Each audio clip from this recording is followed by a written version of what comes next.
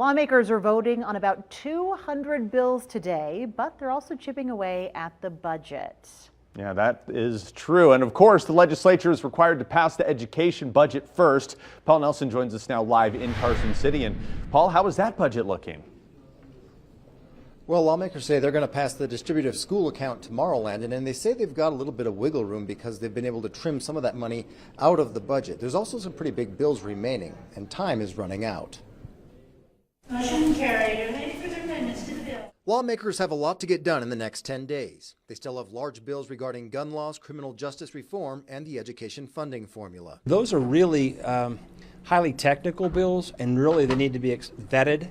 And the idea we're going to ram them through in the last week is crazy. Just so you know, I don't know what's going on there. I really don't like that process at all. I know it feels like there's not a lot of time left, but I think we have about 10 days, so about 240 hours. So I feel confident we're going to be able to get there. I mean, it's always this way at the end of sessions. Lawmakers say they have a little flexibility when it comes to the budget. That includes finding ways to fund school safety and the Millennium Scholarship.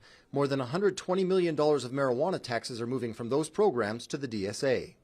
Public safety in our schools. I mean, seriously, you're going to defund that?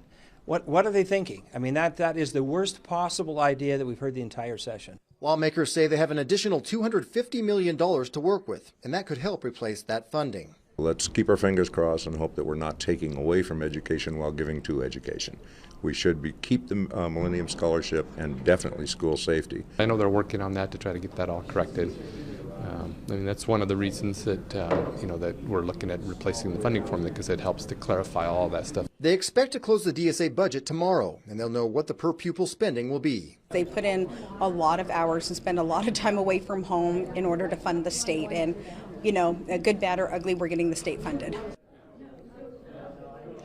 Most budget bills have to pass their second house by tonight's midnight deadline. Then the budget bills will be introduced on Wednesday. That's also the same day when the exempt bills have to pass through their first committee, or through their second committee, rather.